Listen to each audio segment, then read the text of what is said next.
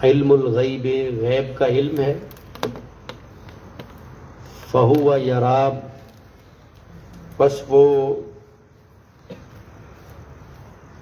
اس سے یا اس میں دیکھتا ہے، ام لم ینبا، یا وہ خبر نہیں دیا گیا، بما فی صحف موسیٰ، اس چیز کی جو موسیٰ کے صحیفوں میں تھی، وابراہیم الذی وفا، اور اس ابراہیم کے صحیفوں میں تھی جو پورا اترا، جس نے وفا کی، وفا کا حق ادا کر دیا۔ بات کیا تھی ان دو پیغمبروں کے صحیفوں میں؟ اللہ تزر وازرۃ وزر اخری، کہ نہیں بوجھ اٹھائے گی کوئی بوجھ اٹھانے والی بوجھ کسی دوسری کا، وَأَن لَيْسَ لِلْإِنسَانِ إِلَّا مَا سَعَىٰ، اور ان دو اولو العزم پیغمبروں کے صحیفوں میں یہ بھی تھا کہ یقیناً انسان کے لیے وہ ہے جس کی وہ کوشش کرتا ہے، وَأَنَّ سَعْيَهُ، اور بے شک اس کی کوشش، سوف یرا، ان قریب وہ دکھایا جائے گا، ثم یجزاہ الجزاء الاوفی، پھر وہ بدلہ دیا جائے گا پورا بدلہ۔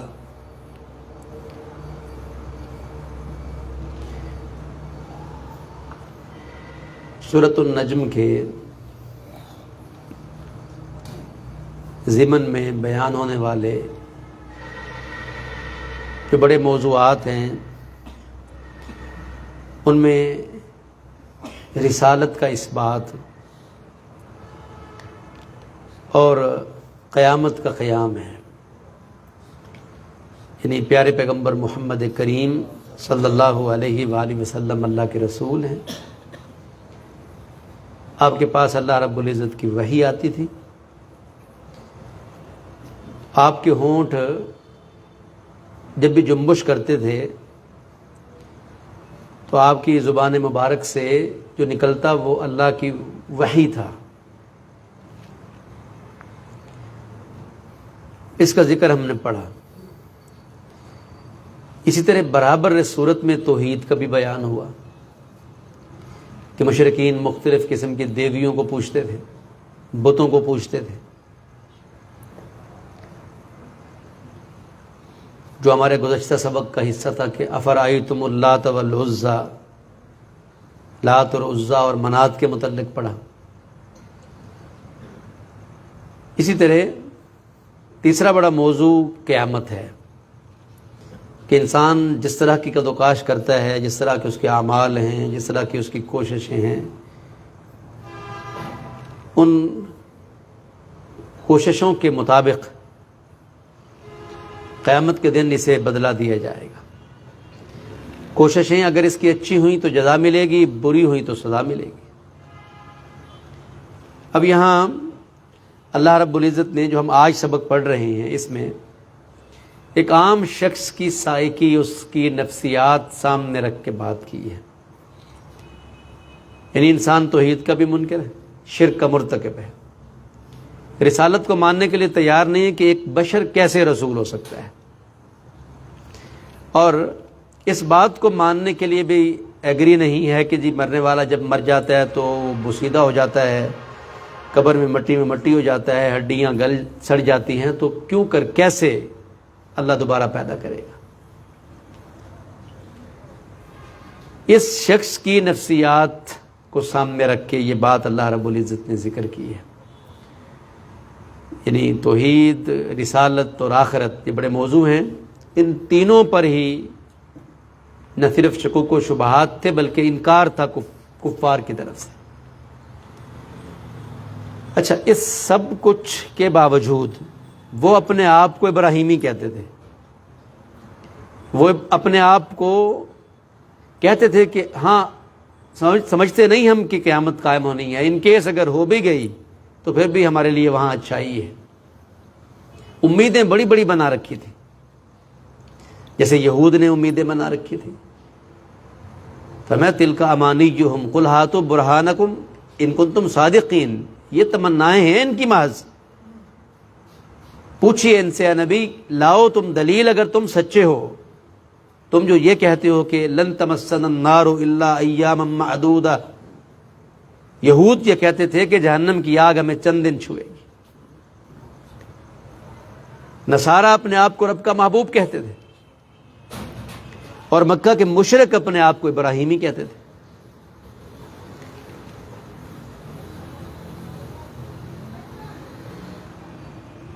فَمِنْهُمْ أُمِّيُّونَ لَا يَعْلَمُونَ الْكِتَابَ إِلَّا أَمَانِيَّ وَإِنْهُمْ إِلَّا يَظُنُّونَ. فرمایا یہ ان پڑھ قسم کے لوگ ہیں، انہوں نے امیدیں خواہشیں ہی پال رکھی ہیں اپنے دل میں. ماننا ہے نہیں، کرنا کفر ہے، خواب جنت کے ہیں، اور یا اول مانتے نہیں ہیں، اگر ہے تو پھر وہاں ہمارے لیے اچھائی ہے. پوچھتے 360 بتوں کو ہیں، کہتے اپنے آپ کو ابراہیمی. مال خرچ کرنے کے اندر بھی بڑا ہی بخل ہے.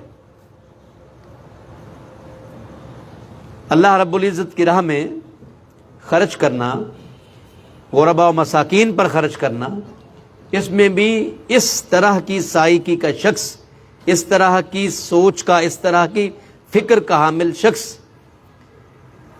بہت زیادہ بخل کا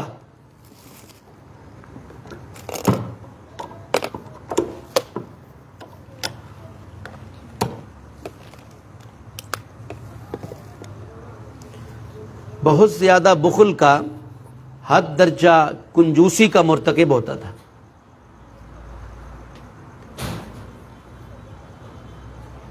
مختلف اور قوموں کے حوالے سے بھی آتا ہے. یہود یہ کہتے تھے کہ اللہ تبارک و تعالیٰ کے ہاتھ ید اللہ مغلولہ بند ہے. اللہ نے فرمایا بل یداہ مبسوطتان، بلکہ اس کے دونوں ہاتھ کھلے ہیں. ينفق کیف یشاء، وہ خرچ کرتا ہے جیسے چاہتا ہے. فرمایا غلت ایدیہم، ہاتھ تمہارے بند ہیں. لعنوا، لعنت تم پر کر دی گئی ہے. اللہ کے ہاتھ تو دونوں کھلے ہیں، اور دن رات کا خرچ کرنا اس کے خزانے میں سے کچھ کم نہیں کرتا ہے.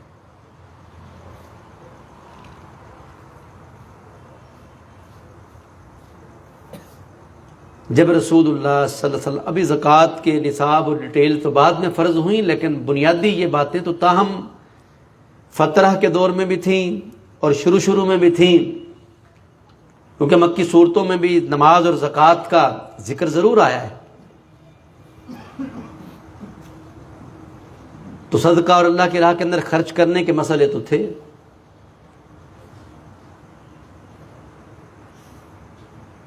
کہ اللہ کے رسول کے ان صحابہ نے بھی نجاشی کے اور مختلف اور درباروں میں جا کے کہا کہ وہ ہمیں صلہ رحمی کا کہتا ہے. اب صلہ رحمی یقیناً اور طریقے میں ہے، اور خرچ بھی ایک طریقہ ہے، اور اس میں صدقے کا صاف لفظ ہے کہ یأمرنا بالصدقۃ والصلاۃ والصلۃ. وہ نبی ہمیں صدقے کا کہتا ہے، صلہ رحمی کا کہتا ہے، نماز کا کہتا ہے. اب جب یہ بات ہوتی تو یہ اس نفسیات کا حامل شخص، توحید کا منکر، آخرت کا منکر، رسالت کا منکر، کہتا انطعم من لو یشاء اللہ اطعمہ، کیا ہم اسے کھلائیں اگر اللہ تبارک و تعالیٰ اس کے متعلق چاہتا تو اللہ اس کو کھلا دیتا. گویا جو فقیر ہیں یا جو کنگال ہیں یا جو غریب ہیں، اللہ نے انہیں غریب رکھا ہے، ہم کاہے کو ان پہ خرچ کریں؟ اگر اللہ تعالیٰ انہیں کھلانا چاہتا تو وہ مالک تھا، وہ کھلا دیتا. اس نے نہیں انہیں کھلایا، ہم کھلائیں. بھائی اللہ رب العزت نے تو یہی امتحان رکھا ہے. کسی کا امتحان صبر میں ہے، کسی کا امتحان شکر میں ہے. کسی کو اللہ دے کے آزماتا ہے، کسی سے اللہ چھین کے آزماتا ہے. یہی تو اس زندگی میں امتحان ہے.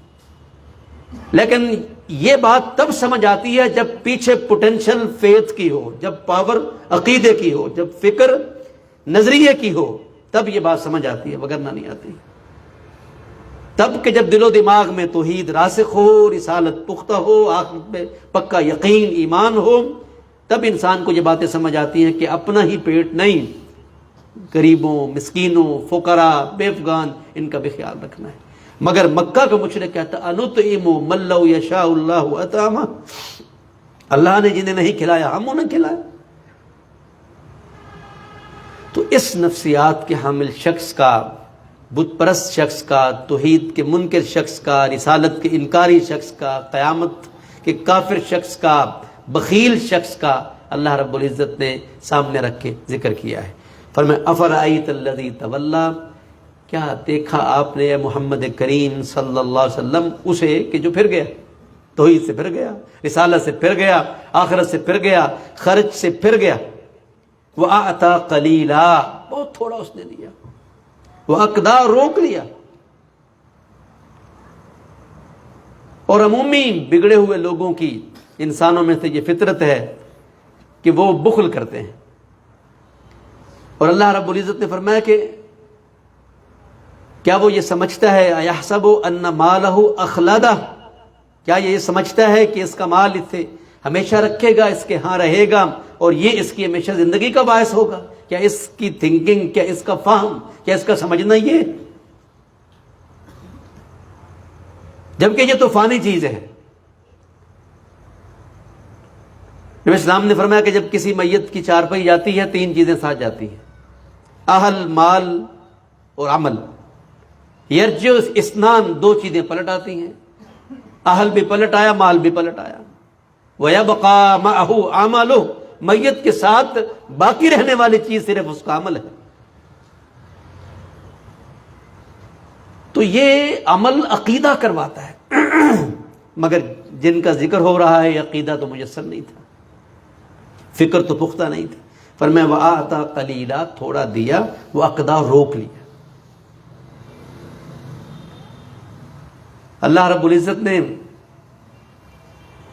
اب بالکل اس کی دوسری سائڈ پہ اپنے سامنے رکھی، افرأیت الذی تولی، ایک شخص ہے جو پھر گیا ہے، منہ پھیر لیا ہے، ایک شخص ہے جو متوجہ ہے، جس نے فوکس کیا ہے، جس نے دھیان دیا ہے، جس نے مانا ہے، قبول کیا ہے، ایک ہے پھر گیا ہے۔ صدیق اکبر ماننے والوں میں سے ہیں، بڑے بچوں میں سے علی ابن ابی طالب ہیں، کتنے اور لوگ ہیں وہ ماننے والے ہیں مکہ میں، اور امیہ ابن خلف کا شاید یہ ذکر ہو رہا ہے، اور اس کیٹیگری کو اللہ رب العزت نے یہاں ذکر کیا ہے۔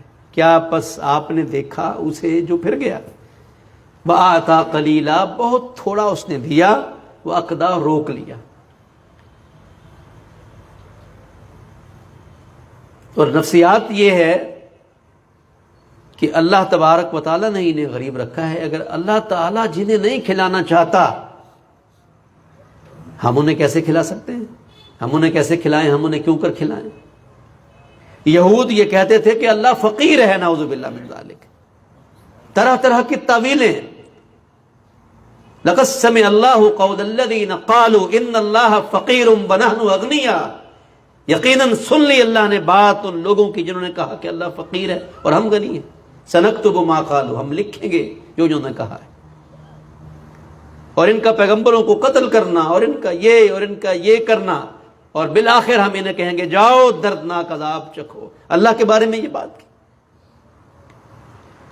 تو مکہ کا مشرک شخص، توحید کا، رسالت کا، آخرت کا منکر شخص، برے عقیدے کا برا نتیجہ، برے عقیدے کی بنیاد پہ برا عمل، یتیم و مسکینوں کا مال روک کے کھڑا ہے، وَأَقْدَى، روک لیا۔ أَعِندَهُ عِلْمُ الْغَيْبِ فَهُوَ يَرَى، کیا اس کے پاس غیب کا علم ہے پس یہ اس سے دیکھتا ہے کہ کوئی حشر نہیں ہے، کوئی قیامت کو قبروں سے اٹھنا نہیں ہے، کوئی ری برتھ نہیں ہونا، کوئی نئے جہنم میں کھڑا نہیں ہونا، اس کے پاس کوئی غیب کا علم ہے؟ اسے کیسے پتہ لگا کہ آگے مٹی میں مٹی ہو جانا ہے، وہ سیدھا ہو جائیں گے، ہڈیاں گل سڑ جائیں گے، کوئی حشر نہیں ہے، کوئی ترازو میزان نہیں ہے، کوئی نئی زندگی نہیں ہے، کوئی غیب کا علم ہے اس کے پاس؟ عِندَهُ عِلْمُ الْغَيْبِ فَهُوَ يَرَى، کہاں سے اس نے دیکھا ہے؟ غیب کا علم، اس سے دیکھ دیکھ کے اس طرح کی باتیں کر رہا ہے، اس طرح کا عقیدہ بنا رہا ہے، اس طرح کا عمل اس نے اختیار کیا کہ اس نے نیکی کی کوشش کرنا ہی چھوڑ دی ہے، اس نے صحیح عقائد کی بنیاد پہ صالح اعمال ترک کر دی ہیں،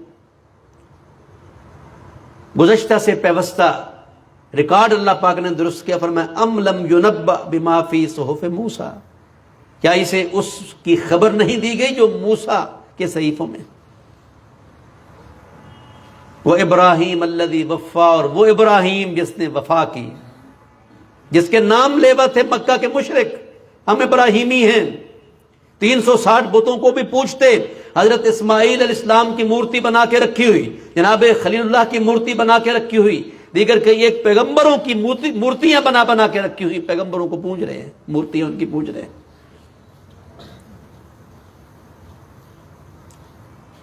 تو اللہ نے فرمایا جن ہستیوں کی مورتیاں بنا کے پوج رہے ہو، یہ کیا تھی، ان کی فکر کیا تھی، ان پہ اترنے والی کتابیں کیا پیغام لائی تھیں، ان کے وہاں جو صحیفے تھے اللہ کی طرف سے جو اتارے گئے، انہیں دیے گئے، بھیجے گئے، ان میں لکھا کیا تھا، ان میں میسج کیا تھا، ان میں پیغام کیا تھا؟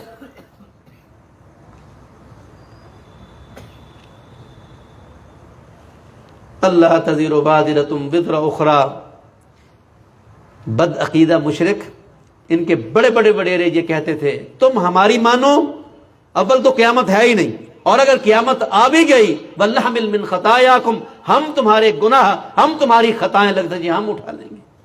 فرمایا وَمَا هُمْ بِحَامِلِينَ مِنْ خَطَايَاهُمْ مِنْ شَيْءٍ، قیامت کے دن کچھ بھی دیگر لوگوں کی خطاؤں سے اپنے کھاتے میں ڈالنے والے ہرگز نہیں ہیں یہ، کیونکہ ہم نے موسیٰ علیہ السلام کے صحیفوں میں بھی یہ لکھا، ہم نے ابراہیم کے صحیفوں میں بھی لکھوایا علیہ السلام، اللہ تزر وازرۃ وزر اخری، کہ کوئی جان کسی دوسری جان کا بوجھ نہیں اٹھائے گی، کوئی بوجھ اٹھانے والی کسی دوسری کا بوجھ نہیں اٹھائے گی۔ وکھرا وکھرا حساب ہے، وَلَقَدْ جِئْتُمُونَا فُرَادًا، ہم تمہیں تنہا تنہا لائیں گے، اکیلی اکیلی جان، وکھرا وکھرا حساب۔ فرمایا تم میں سے ہر شخص اپنے اللہ سے کلام کرے گا، سامنے اللہ تبارک و تعالیٰ ہے، دیکھے گا نیچے سامنے جہنم آگ بھڑک رہی ہے، دائیں بائیں اس کے اعمال ہیں، اس کیفیت میں ہر شخص کو اللہ کے سامنے رب کے روبرو پیش ہونا ہے۔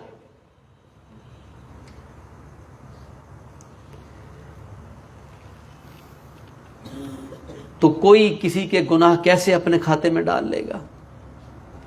گمراہ بڈیرے کہتے تھے، سرکش سردار کہتے تھے، باغی عمائدین کہتے تھے تم ہمیں فالو کرو، ہماری پیروی کرو، ہمارا کہا مانو، ہمارے پیچھے چلو، ہمارا حکم مانو، اول تو قیامت ہے ہی نہیں، اور اگر ہے بھی صحیح ان کیس قائم ہو گئی تو ہم تمہارے گناہ اپنے سر لے لیں گے۔ کتنا بڑا دھوکہ ہے، تب سے لے کے آج تک وڈیرے، عمائدین، سردار، پیر فقیر، گدی نشین اپنے مریدوں کو، اپنے فالوورز کو، اپنے پیروکاروں کو دیتے آ رہے ہیں مسلسل۔ اللہ جانے اور ہم جانے۔ مسیحیت نے یہ گھڑ لیا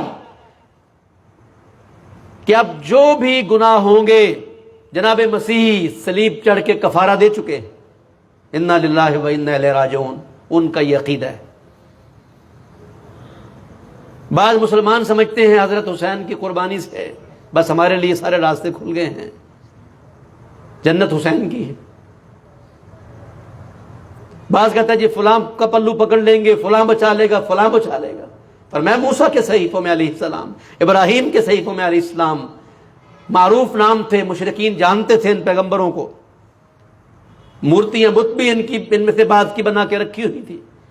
پر میں ان کے صحیفوں میں ہم نے یہ لکھا کہ کوئی بوجھ اٹھانے والی کسی دوسری کا بوجھ نہیں اٹھائے گی۔ وَأَن لَّيْسَ لِلْإِنسَانِ إِلَّا مَا سَعَىٰ، اور یہ کہ انسان کے لیے وہ ہے جس کی اس نے کوشش کی، جس طرح کی تمہاری کوشش، إِنَّ سَعْيَكُمْ لَشَتَّىٰ، تمہاری کوششیں مختلف ہیں۔ فَأَمَّا مَنْ آتَىٰ وَاتَّقَىٰ وَصَدَّقَ بِالْحُسْنَىٰ فَسَنُيَسِّرُهُ لِلْيُسْرَىٰ، بعض کی کوششیں ہیں اللہ کی راہ میں دینا، خرچ کرنا، گناہ سے بچنا، تقویٰ پرہیزگاری اختیار کرنا، اللہ نیکی کی راہ کی توفیق دے دیتا ہے۔ وَأَمَّا مَنْ بَخِلَ وَاسْتَغْنَىٰ، دیگر لوگوں کی، برے لوگوں کی کوشش ہے کیا؟ بخل، اکڑ خو بننا، رب کے دیے پر سام بن کے بیٹھ جانا، دیا رب نے ہے مگر رب کی راہ نہ دینا، بخشا رب نے ہے مگر رب کے بندوں پر اس کے دروازے بند کر لینا، شرمناک بخل کا ارتکاب کرنا۔ فَسَنُيَسِّرُهُ لِلْعُسْرَىٰ، تنگ رہا، گناہ کے رہا، بالآخر جہنم رسید ہونے کے رہا، ہم پھر اس کو ادھر چلا دیں گے۔ جو جس طرح کی کوشش کرے گا اس طرح کی توفیق، اس طرح کا تیسر، اس طرح کی آسانی ہم اس کے لیے رکھ دیں گے۔ اللہ کہتے ہیں ہمارا قانون ہے کہ انسان کے لیے وہ ہے جس کی وہ کوشش کرتا ہے۔ فرمایا تمہاری کوششیں مختلف ہیں، کسی کی کوشش ہے اللہ کی راہ میں دینے کی، کسی کی کوشش ہے تقوی اختیار کرنے کی، اور دوسرا وہ اس کی کوشش ہے بخل کی، کنجوسی کی، اکڑ خوب بننے کی، بے پرواہ، جو مرضی کسی کے ساتھ، غریب، یتیم، بیوہ، مسکین کے ساتھ ہو رہا، تڑپتی انسانیت، دکھی انسان، وہ بے پرواہ ہے۔ تو جو جس طرح کی کوشش کرے گا ہے انسان کے لیے وہ جو وہ کوشش کر رہا ہے۔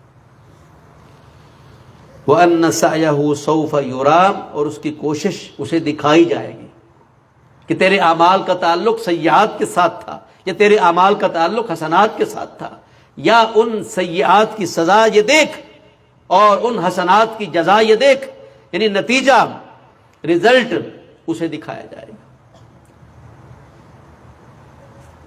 ایک یہ معنی ہے کہ اس کے جو بھی فَمَن يَعْمَلْ مِثْقَالَ ذَرَّةٍ خَيْرًا يَرَهُ وَمَن يَعْمَلْ مِثْقَالَ ذَرَّةٍ شَرًّا يَرَهُ، رائی دانے کے برابر اچھائی ہے تو دیکھ لے گا، رائی دانے کے برابر برائی اگر اس کے عمل میں ہے تو اسے بھی دیکھ لے گا۔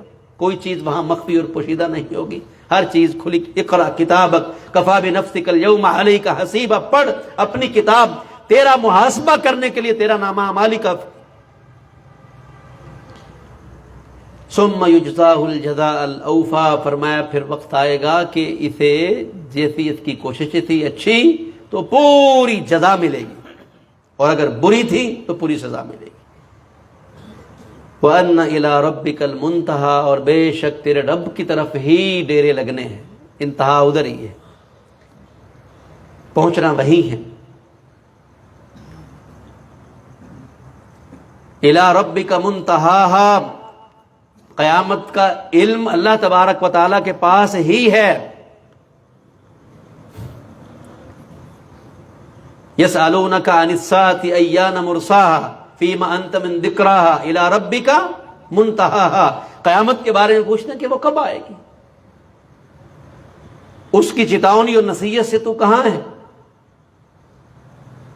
تیرے رب کے پاس ہی اس کے علم کی انتہا ہے، یعنی بات ہوتی جائے گی اللہ تک، اللہ ہی جانتے ہیں کہ اسے کب قائم ہونا ہے، اور ان سب کا بالآخر انجام اللہ رب العزت کے پاس ہی جانا ہے۔ وَأَنَّهُ هُوَ أَضْحَكَ وَأَبْكَىٰ، یقیناً وہ جس کے پاس انتہا ہے، سب چیزوں کو سمٹ لپٹ کے ادھر جانا ہے، بالآخر اس ساری دھرتی کو ختم ہونا ہے، ہر ایک نے تہ خاک سونا ہے، ہر ایک نے اس دار فانی سے کوچ کرنا ہے، یہاں سے رحلت اختیار کرنا ہے، بالآخر وہاں جانا ہے۔ وہ کون سی ہستی ہے، وہ کون سی ذات ہے؟ انہ هو اضحک و ابکا، وہ جو جس نے ہنسایا، وہ جس نے رلایا۔ وانہ هو امات و احیا، اور وہ جس نے مارا اور جس نے جلایا، جس نے زندگی بخشی۔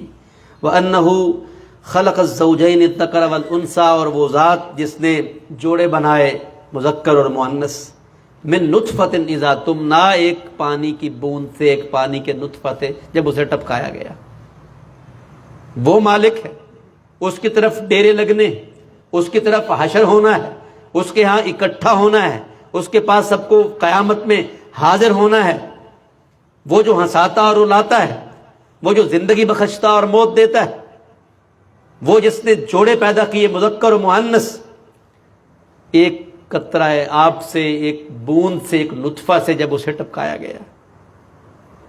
وَأَنَّ عَلَيْهِ النَّشْأَةَ الْأُخْرَىٰ، اور ایک قطرہ آب سے جس نے یہاں قدرت کی اپنی کاریگری سے ایک انسان بنایا، اسی پر ہی دوبارہ اٹھانا ہے، اسی کے ذمہ ہے، اسی پر ہے، اسی کا اختیار ہے۔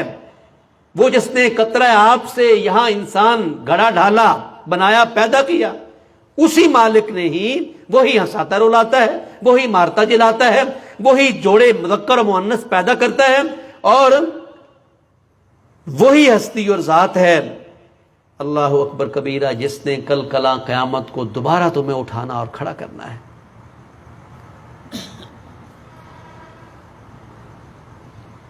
نہ تمہارا ہنسنا تمہارے بس میں، نہ تمہارا رونا تمہارے بس میں، نہ تمہاری زندگی تمہارے بس میں، نہ تمہاری موت تمہارے بس میں۔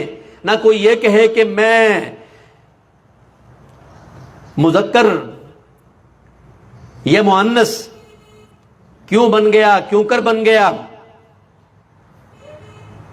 میری طلب یہ تھی، میری چاہت یہ تھی، مگر اس کے علالعکس ہوا، برعکس ہوا۔ کسی کو تانیث و تذکیر کا اختیار نہیں ہے، سب چیزیں میرے اللہ کے اختیار اور کنٹرول میں۔ وہی جو یہاں ہنساتا رلاتا ہے، وہی جو یہاں پیدا کرتا مارتا ہے، وہی جس نے جوڑے بنائے مذکر و مؤنث، اسی پر ہی ہے کہ اس نے دوبارہ قبروں سے، کہ تمہارا یہ فکر بن گئی عقیدہ کہ ہڈیاں تو بوسیدہ ہو جائیں گی، جسم تو گل سڑ جائیں گے، مٹی میں مٹی ہو جائیں گے، ہم کیسے اٹھیں گے؟ وہ جس نے ہنسایا اور رلایا، جس نے جلایا اور جس نے مارا، جس نے جوڑے بنائے مذکر و مؤنث، اسی نے، جس نے یہاں قطرہ آپ سے اتنی کاریگری دکھا دی، اس نے اپنے ذمہ لیا ہے کہ وہی دوبارہ تمہیں قبروں سے نئے جنم میں، نئی زندگی میں ری برتھ تمہاری کرے گا، تمہاری دوبارہ سے پیدائش بھی اسی کے ذمہ ہے۔ یہ مضمون بار بار قرآن میں مکی صورتوں میں اللہ ذکر کرتے ہیں، فَمَا ذَلِكَ عَلَى اللَّهِ بِعَزِيزٍ، کہ اللہ پر ہرگز یہ مشکل نہیں ہے۔ فرمایا سب کو مارنا اور اکٹھا اور دوبارہ زندہ کرنا اللہ پر ایک جان کے مارنے اور ایک جان کے دوبارہ زندہ کرنے کی مانند ہے، اللہ پر کوئی مشکل نہیں۔ وَأَنَّهُ هُوَ أَغْنَى وَأَقْنَى، اور وہی وہ ذات ہے جس نے غنی کیا اور جس نے خزانہ بخشا۔ جس نے غنی کیا، مالا مال کیا، اور جس نے خزانہ بخشا۔ مالا مال کرنے والی ذات وہی ہے، خزانے بخشنے والی ذات وہی ہے، گنج بخش اللہ کی ذات ہے، خزانے دینے والی ہستی اللہ کی ذات ہے۔ وَأَنَّهُ هُوَ رَبُّ الشِّعْرَىٰ، شعرا ستارے، ستاروں کا جھرمٹ۔ بعض نے کہا خزاع قبیلہ انہیں پوچھتا تھا، تو اللہ رب العزت نے ذکر فرمایا کہ جنہیں تم پوچھتے ہو ان کا خالق اللہ ہے۔ وَأَنَّهُ هُوَ رَبُّ الشِّعْرَىٰ، شعرا ستارے کا رب بھی وہی ہے، جو ہنساتا رلاتا ہے، جو زندگی دیتا موت دیتا ہے، جس نے جوڑے مذکر و مؤنث پیدا کیے، جو تمہاری دوبارہ تخلیق کا مالک، وہی جس نے تمہیں غنی کیا، وہی جس نے تمہیں خزانہ بخشا، اور وہی شعرا ستارے کا رب ہے، وہ ستارہ جو خود گردش میں رہتا ہے۔ اللہ اکبر کبیرہ، کسی کی قسمت وہ کیسے کھڑی کر سکتا ہے؟ کسی اپنی قسمت کا نہیں پتا ہے، جو کسی کے حکم کا پابند ہے، طلوع و غروب کے لیے، چمکنے کے لیے اور چھپنے کے لیے جو خود پابند ہے، وہ معبود کیسے ہو سکتا ہے؟ تو لہذا شعرا ستارہ یا ستاروں کا وہ جھرمٹ جن کے پجاری خزاع قبیلہ کے لوگ، اللہ نے فرمایا کہ وَأَنَّهُ هُوَ رَبُّ الشِّعْرَىٰ، شعرا ستارے کا رب بھی وہی ہے۔ وَأَنَّهُ أَهْلَكَ عَادًا الْأُولَىٰ، اور وہی ہے جس نے ہلاک کیا پہلے عاد کو۔ عاد اولا سے مراد ہود علیہ السلام کی قوم ہے، راجح قول کے مطابق۔ سیدنا ہود علیہ السلام، وَإِلَىٰ عَادٍ أَخَاهُمْ هُودًا، اور عاد کی طرف ہم نے ان کے بھائی ہود کو بھیجا۔ فَقَالَ يَا قَوْمِ اعْبُدُوا اللَّهَ مَا لَكُم مِّنْ إِلَٰهٍ غَيْرُهُ، اس نے کہا ہے میری قوم اللہ کی عبادت کرو، تمہارے لیے اس کے سوا کوئی معبود برحق نہیں ہے۔ نامانا قوم نے وَأَهْلَكَ عَادًا الْأُولَىٰ، تو اللہ تبارک و تعالیٰ نے اس عاد اولا پر تیز و تند آندھی چلائی۔ سخرها علیہم سبعۃ لیال وثمانیۃ ایام، 8 دن 7 راتیں مسلسل ٹھنڈی، جڑ سے اکھیڑ پھینکنے والی تیز اور تند طوفان نما آندھی چلی، اور یوں انہیں گرا دیا کأنہم اعجاز نخل خاویہ، یہ تھے کھجور کے کھوکھلے بڑے بڑے تنے گرے پڑے ہوتے، بکھیر دی اللہ رب العزت نے۔ آج داستانیں ان کی بیان ہوتی ہیں۔ فرمایا وَأَهْلَكَ عَادًا الْأُولَىٰ، تو عاد جو عاد اولا تھے، وہ جو پہلی عاد تھی، اللہ نے وہی رب ہے جس نے انہیں ہلاک کر دیا۔ تم کیا ہو، تمہاری قوتیں کیا ہیں، تمہارے اختیارات کیا ہیں؟ وہ بڑی مضبوط قوم تھی۔ فرمایا التی لم یخلق مثلھا فی البلاد، عاد اور سمود کے ذکر میں اللہ نے فرمایا ان جیسا تو جہانوں میں پیدا ہی نہیں کیا گیا ہے، شہروں میں پیدا ہی نہیں ہوا ہے، اللہ نے بنایا ہی نہیں ہے ان جیسے کوئی اور۔ اتنے اڑیل، اتنے کڑیل، اتنے پختہ، اتنے مضبوط، ڈیل ڈول ان کے زبردست، التی لم یخلق مثلھا فی البلاد، جن جیسے شہروں میں پیدا ہی نہیں کیے گئے۔ اللہ رب العزت کی نامانی، وقت کے پیغمبر حضرت ہود کی نامانی، تو اللہ رب العزت نے ہلاکت کے گھاٹ اتارا۔ فرمایا اہلک عادا الاولی، وہی ہے جس نے عاد اولا حضرت ہود کی قوم کو ہلاکت کے دہانے اتارا۔ وثمود فما ابقا، اور سمود کو بھی بس اس نے باقی نہ چھوڑا۔ حضرت صالح علیہ السلام کی قوم کو سمود کہتے ہیں، اور اس کو عاد اخری بھی کہتے ہیں۔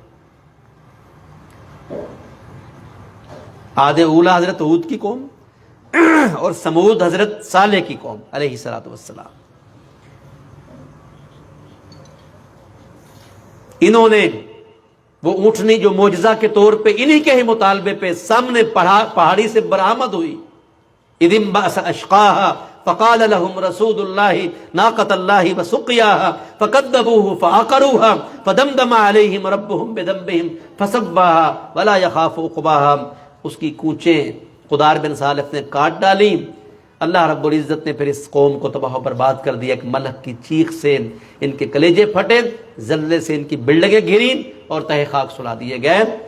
وثمود فما ابقا، اور سمود کو بھی اللہ نے ہلاک کیا، بس باقی نہ چھوڑا۔ وقوم نوح من قبل، اور حضرت نوح کی قوم اس سے پہلے، انہم کانوا ہم اظلم واطغی، یقیناً وہ بہت بڑے ظالم اور بہت بڑے سرکش تھے۔ حضرت نوح کی قوم بہت بڑی ظالم قوم، بہت بڑی سرکش قوم، حد سے تجاوز کرنے والی قوم، 950 سالہ دعوت اور تبلیغ پر کان نہ دھرنے والی قوم، اللہ کے وقت کے پیغمبر کی باتوں کو ٹھکرانے والی، کانوں میں انگلیاں ٹھوس لینے والی قوم۔ 950 برس پیغمبر سمجھا رہا ہے، حد ہے ان کی سرکشی کی اور ان کے ظلم کی۔ فرمایا ازلم واطغی، بہت بڑے ظالم تھے، سپرلیٹو ڈگری، اسم تفضیل کا صیغہ، بہت بڑے ظالم تھے، بہت سرکش تھے، حد سے بڑے ہوئے لوگ تھے۔ والمؤتفکۃ اہوا، اور الٹائی گئی بستی کو انہیں منہ دے مارا، الٹا مارا، گرا دیا۔ انطاکیہ کی بستیاں، اہل صدوم کی بستیاں، ہمارے قوم لوط کے جرم کی مرتکب قوموں کی بستیاں، فجعلنا عالیہا سافلہا، ہم نے ان کی چھتیں نیچے فرش اوپر کر دیے، ہم نے سنگ باری کی، نیست و نابود کر دیا، سفاستی سے ہم نے ان کو مٹا دیا، اور وہ بستیاں جنہیں الٹا کے پھینک دیا گیا۔ والمؤتفکۃ، الٹائی گئی بستی، اہوا، جسے گرا مارا اللہ نے۔ وہ بستی جو الٹائی گئی اللہ نے اسے گرا مارا۔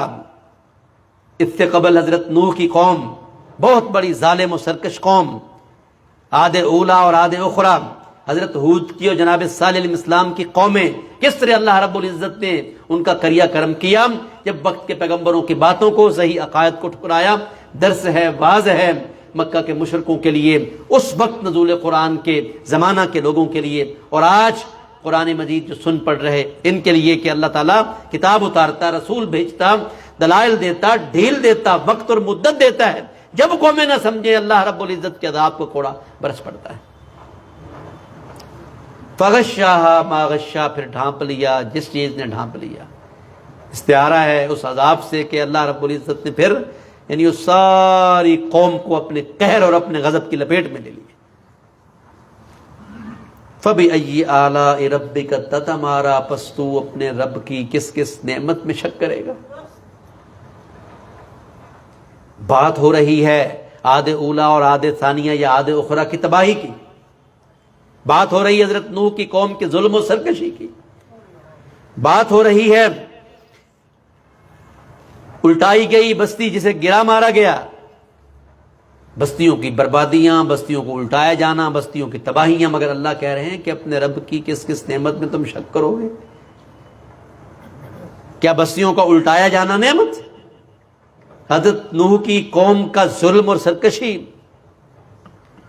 عاد اولا اور ثانیہ یا اخرى کی تباہی، کیا یہ نعمت؟ ہاں، اہل ایمان کے لیے، اللہ والوں کے لیے،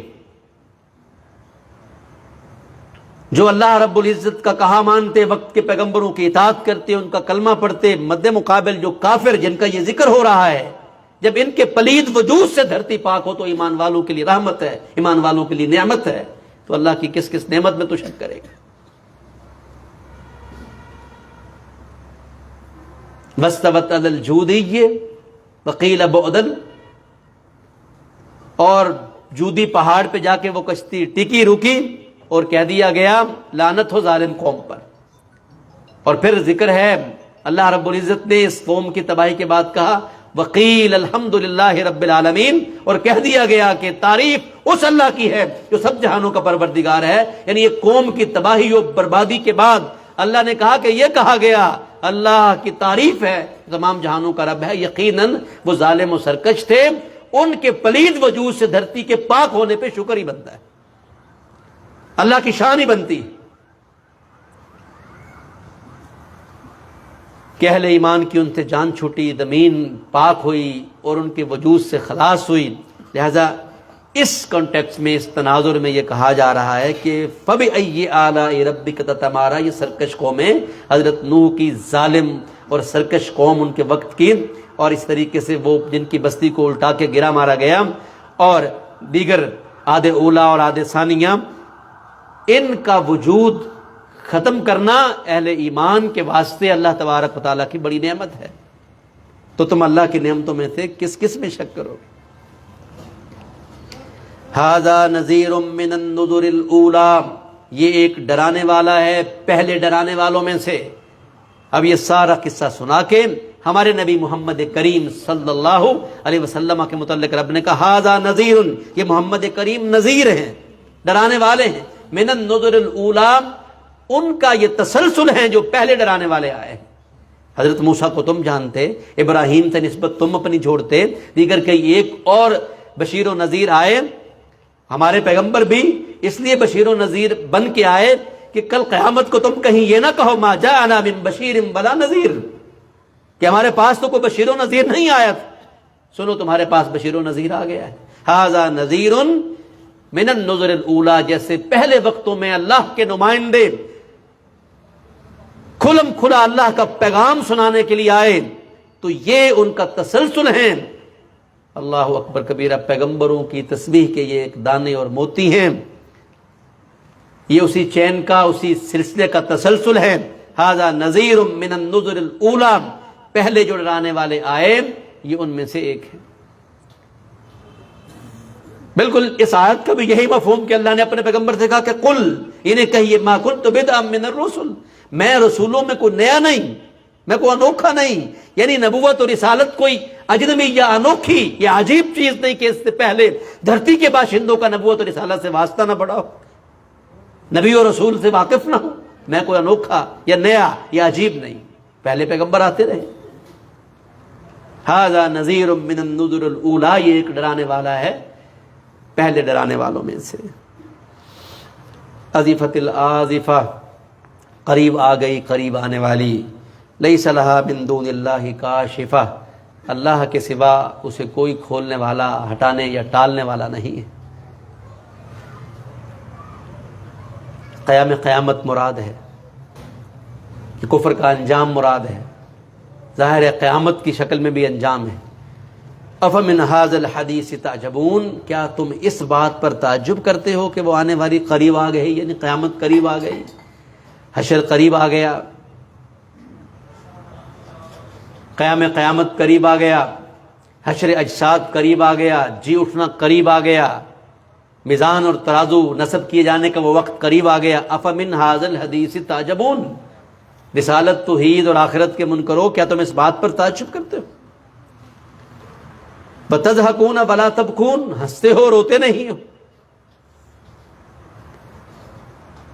رونے کی حالت اور رونے کی کیفیت اور رونے کا جذبہ تو عقیدہ پیدا کرتا ہے، وہاں تو تھا نہیں۔ اس لیے اٹکھیلیاں کرنا، شیخیاں بکھارنا، قرآن کے متعلق کہنا پہلے لوگوں کی قصے کہانیاں، خود ان کا گھڑا ہوا، ان کا اپنا بنایا ہوا، فرمایا وَتَضْحَكُونَ، باتیں بناتے ہو، ہنستے ہو، روتے نہیں ہو، جبکہ عبرت کی جا ہے، تماشا نہیں ہے، مقام موعظت ہے، مقام نصیحت ہے۔ پیغمبر جس پیغام کو تمہارے پاس توجہ دو، کان دھرو، وَأَنْتُمْ سامدون، اور تم غافل ہو، کوتاہ ہو۔ جس مقصد کے لیے تمہیں بھیجا گیا وَمَا خَلَقْتُ الْجِنَّ وَالْإِنسَ إِلَّا لِيَعْبُدُونَ، وہ اللہ کی بندگی و عبادت ہے، وقت کے رسول کی اطاعت ہے، تم اس سے غافل ہو۔ تمہارے کرنے کا کام یہ ہے کہ غفلت چھوڑو، قریب آنے والی قیامت پر فوکس کرو اور دھیان دو، اسے ایک حقیقت سمجھو، اس میں جزا پانے کے لیے اپنے اعمال کا حسنات کے ساتھ تعلق جوڑو، سیئات کو ترک کرو کہ کسی برے انجام سے تمہیں سامنا کرنا پڑے۔ کرنے کا کام یہ کہ فَاسْجُدُوا لِلَّهِ وَاعْبُدُوهُ، اللہ تبارک و تعالیٰ کو ہی سجدے کرو، اللہ تبارک و تعالیٰ کی عبادت کرو۔ یہ پہلی صورت تھی جو شروع کی صورتوں میں نازل ہوئی، اور پیارے پیغمبر محمد کریم صلی اللہ علیہ وسلم اسے پڑھا کرتے تھے مختلف مجموعوں میں۔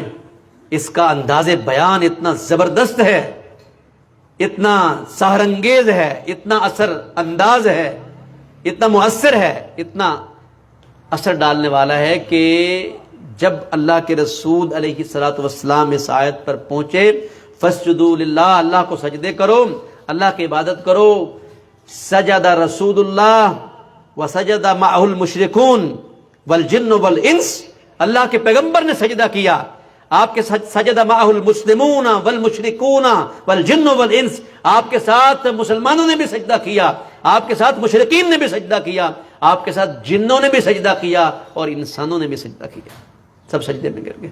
اتنا زوردار بیان ہے سورت کا۔ اللہ سمجھنے کی اور عمل کرنے کی توفیق دے۔ وآخر دعوانا ان الحمد للہ رب العالمین۔